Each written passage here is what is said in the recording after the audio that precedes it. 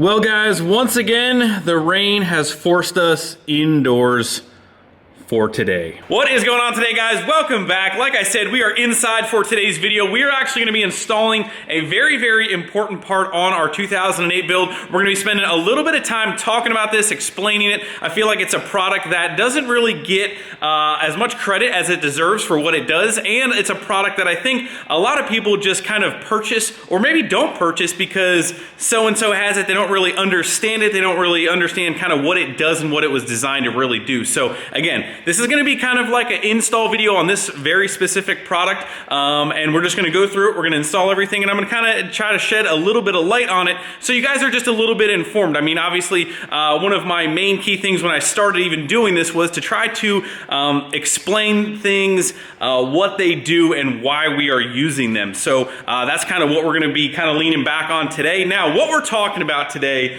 is, in fact, your engine damper. This part sitting on the front of your engine here, this engine damper, what is it actually made of and what is it actually doing? So if you guys can see down in there, you guys can see it's actually made up of a inner metal hub. It's got some rubber. It's actually called elastomeric. That's a big word for me, I'm not gonna lie. And then you've got your outer ring here. So what that does is obviously kind of the name of it kind of says it all. It dampens vibrations and harmonics inside of your engine. So let's just go over that real quick, because I think one of the key things that gets misunderstood is, now when you guys are assembling a engine or an engine assembled from the factory, obviously your crank, your pistons, your rods, all of that is already balanced. There's different types of balancing that we're referring to. We're not actually referring to that. We're actually talking about, it's called torsional vibration? Yes, torsional vibration. See, this is a lot of, now we could probably talk for 30 minutes to an hour. Again, sorry if the rain, you guys can hear some of that rain noise, but what we're talking about is torsional vibration, and what that is vibration and harmonics inside your engine. Every time your engine is firing and is creating power, it is actually causing flex and stress and wear and stuff on your internal engine components. So hasn't have anything to do with how well your internals are balanced. That should already be taken care of. This is actually taking care of all of the fire and combustion and everything happening inside your engine. So your engine damper is there to reduce all of that so that it doesn't cause wear on all the rest of your engine parts. Now, just like any other factory part here, and again, sorry, I know we're getting into a little bit of talking here, but I feel like it's important. So on your factory damper, when the engineers and all of the brainiacs come up with a plan for this factory engine from the factory, they know how much power it's going to make, they know the operating range that it's going to operate in, and they know what kind of RPM. Did I say RPM? So it's power RPM. They know how that thing is going to function. You could floor it as much as you want. That thing is in the factory form, that thing is only going to operate in a certain range. Now, your factory part, and this pretty much kind of can be spun across the whole entire performance industry, factory parts are designed for a set window of performance. Now, what's the first thing we do to these trucks? Put tuners on them, increase the RPM, increase the power, and when we're doing that, and we're changing the injection, basically the whole entire way the engine is performing to get more power out of these things, is we are changing the harmonics and frequencies that the engine is basically outputting, because we're raising the RPM, we're raising the power, we're changing all of that. So in fact, what is that doing to your factory part? What that's doing is breaking down and wearing that factory part out quicker. And as you can see down in here, this one's not really terrible, but this rubber piece, maybe you guys can't see. Let me try a little zoom action here. That factory rubber, even on this damper, is actually starting to walk out and is not actually smooth anymore. Again, that's not a super bad case, but over here is a picture in the fluid damper book here. That's basically what you end up with, and you get that prematurely. Whoop, we're zoomed in. Hey, ho, whoa, hey. What you get there is age, because the factory rubber stuff just kind of breaks down, it wears out, and if you're gonna be putting it through its paces with increased performance, it is going to wear that part out. And it's not doing as good of a job as your engine needs when you start making some power. So, who are we gonna go to for that? We are going to trust the guys at Fluid Damper. Now, just before you guys, I mean, we got a fluid damper in this truck, we got a fluid damper in this truck. We run fluid dampers in everything, but just because I run it or you see everybody else run it, what is fluid damper doing to fix and solve all of the problems that your factory piece has? So again, torsional vibration is what we are talking about. The name kind of says it all. It's a fluid damper. As far as the rubber, the elastomeric stuff that's in a factory damper, that is not what you are going to find in here. The construction of this piece, you can kind of see it's broken down a little bit here so we can see it a little bit better. The three pieces that this is mostly made up of is your center hub, your outer one, and then inside here, this black piece right here is actually a steel ring, and then there is silicone fluid inside here. So this thing is basically self-tuning. This rubber, I'm sorry, not rubber, this metal ring is moving around inside of here, and when your engine is rotating different RPMs, higher RPMs, this thing is finding the happy spot. That's the very basic way of saying it. The silicone fluid in here does a really, really good job with the heat that your engine is gonna produce, and this thing moving around, the silicone fluid is not going to break down, and this piece basically is never gonna need to be replaced. So that is a huge key feature of why this piece is far, far, far superior to handling all of those harmonics and vibrations and stuff in your engine.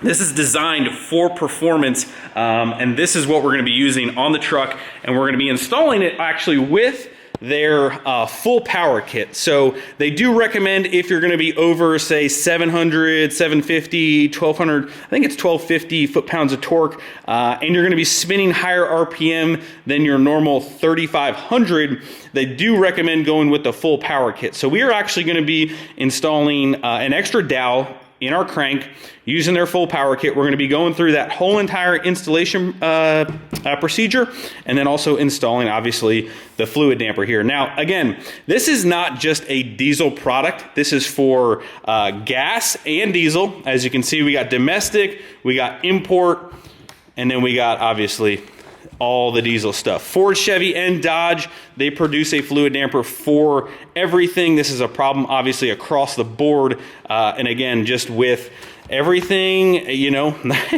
nitrous, of course, my eye goes right to there. Forced induction.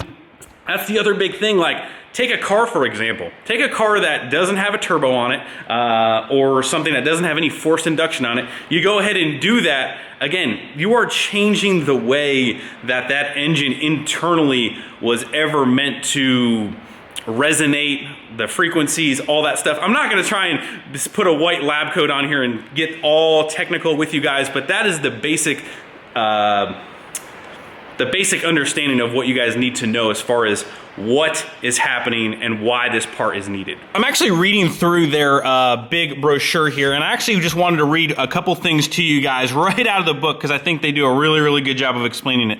Their primary job of a harmonic balancer, actually the proper name is a harmonic balancer, I keep saying engine damper, but is to protect against destructive torsional vibration. Proper vibration control also creates greater efficiency, durability, and improves overall performance. Now, down here, fluid damper performance dampers are a broad range premium viscous harmonic balancer designed for extreme durability, consistent protection across the entire RPM range. No tuning or rebuilds required. Biggest thing is that I forgot to mention SFI 18.1 spec for professional motorsports. A lot of times if you guys are racing, just like converters, you need an SFI specification on your harmonic balancer, so that takes care of that. When you guys get one, you get an SFI card. You can put that in your glove box. Also, forgot to mention, which I'm actually pretty excited. You guys know that I'm actually a little bit more excited about the big truck Peterbilt stuff. They actually make a fluid damper for I'm not going to say all, but I know that they make one for the Cat engine that is in our Peterbilt 379. So you can bet that you are gonna see an install video going over some of the big truck stuff too as well. So anyway, we are gonna jump. I know it was a little bit of talking here in the front. Important information. That way, when you go to buy this thing, you're not just like, hey, I wonder what this is doing. My old one's just cracked and that's why we're doing it. So a lot of key features. Anyway, what we're gonna do is we're gonna jump right into the installation. What we're gonna do is, like I said, for the higher RPM, higher power application, we're going to be installing an additional pin. As you can see right here, your factory crank already has a dowel, a pin, whatever you want to call it. We are going to be adding an additional one down here. Kind of the same way on this one. I was going to try and walk over there and show you, but there's no way you're seeing that. But we are going to be installing an extra dowel, which at the end of the day is just going to make this thing stay put, stay in place, and make sure we don't have any bolt fretting or anything like that. So what we're going to do as far as that goes is we're going to install this basic, it's kind of like a guide. We're going to install that right on here. Number 2, as you can see, number 2 is a smaller pin size, which goes right there. We are then going to install our OEM bolts, I believe. We're not going to use their supplied bolts. We're going to install the factory bolts, and then we're going to drill this hole out right here after we torque these bolts to, I believe it's 20 foot-pounds. I'm going to read their instructions over again. It's been a little while since I did one of these. 20 foot-pounds right there. And then on this specific damper, there are ones that actually have multiple ones, so it's kind of a generic kit for a couple different kits. But on this specific one, we're going to install one extra dowel. Again, I've already marked how far we need to drill this. You only want to drill this out a very specific amount. I believe it's 5/8. So they give you all those measurements. We're going to go ahead and drill that. Again, it's not a very big amount, but we need to be careful when we're doing this. Again, seems a little scary. It's not that bad. Go ahead and drill this out. Then they have you ream the hole out. We're going to do that. And then we are going to install the full power package kit. And what this does is gives you some super heavy duty, beefy bolts that you guys can't see because my camera won't focus, but this is going to make sure that this thing stays put. Now, some of you guys might be thinking that this is overkill, but your boy here actually had a damper come loose, and that is not ever a good day. It wasn't a fluid damper. It was actually, we're not even going to get into that, but I have had a damper come loose. So these things are always a little bit on my OCD, like we need to make sure these things are perfect. And the full power kit with these big nasty bolts and this basically this torque hone plate, which bolts kind of like right here, and that just ensures that this sucker is not going anywhere. Again, your factory bolts down here, I could be wrong. I have been wrong before, and I am not a hardware specific nut here, but I do believe that your factory hardware for your factory balancer is a torque to yield bolt, which means you do not want to reuse this anyway. So we are definitely not going to be reusing that, except for holding down our drill plate. And again, we'll be reinstalling this, and they also give you a friction washer.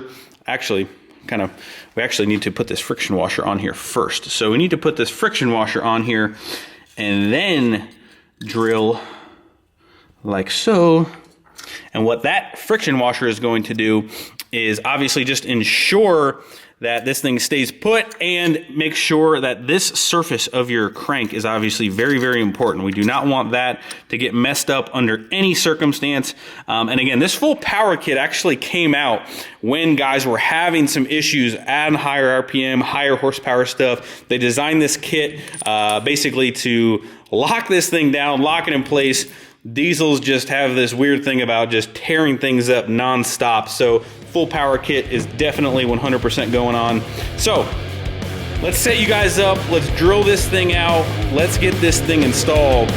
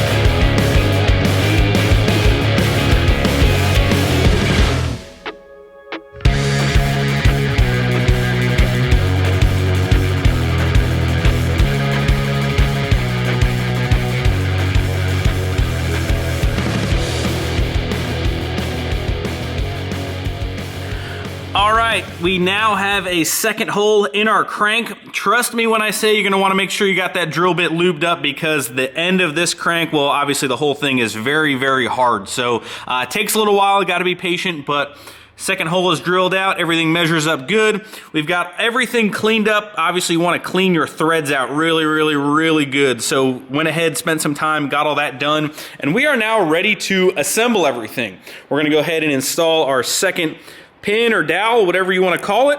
One key thing to note here, well actually a couple things is, obviously it's tapered on one end. You want to make sure you install it the correct way. And obviously you can see here, this is your small dowel or pin, the factory one that's in there. And then this is your second one. It's obviously sized correctly. What you want to make sure is, because you're going to end up putting this plate on top of it, you want to make sure that your pin is installed obviously a little bit lower than the surface right here. You don't want to have that sticking up or anything like that. So make sure you drill it to the correct depth. Make sure you install it a little bit below the surface of this. That way you don't have any clearance issues. Go ahead and install the friction washer. So basically friction washer, damper, plate right here. And then just one thing to note here, and this is all in the instructions. The instructions are very well if you guys read them. I know you guys don't though, because you're guys or girls. Girls probably read them. Guys don't, definitely not. But there is a chamfered tapered end to this washer. You want to make sure that that is on the head side. Now what they do recommend is lubing up, just like a head stud, you want to lube up all your surfaces below and above your washer. On the head here, we just go ahead and grab some of our ARP, basically the same thing for head studs. Go ahead and install that, and yeah, get these babies torqued down, and there you go. Not a super, super hard installation, just a little bit of time consuming. Definitely takes a little bit of time. You want to make sure you got everything correct. Last thing you want to do is have a problem.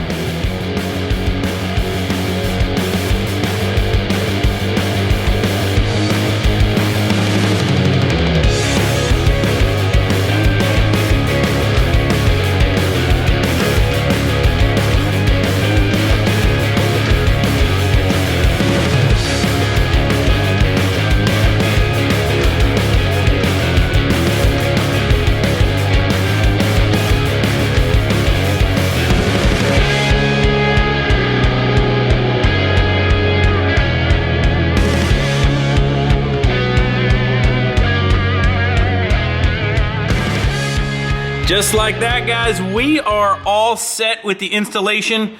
Got these beefy hardware torqued to 125 foot-pounds like the instructions say.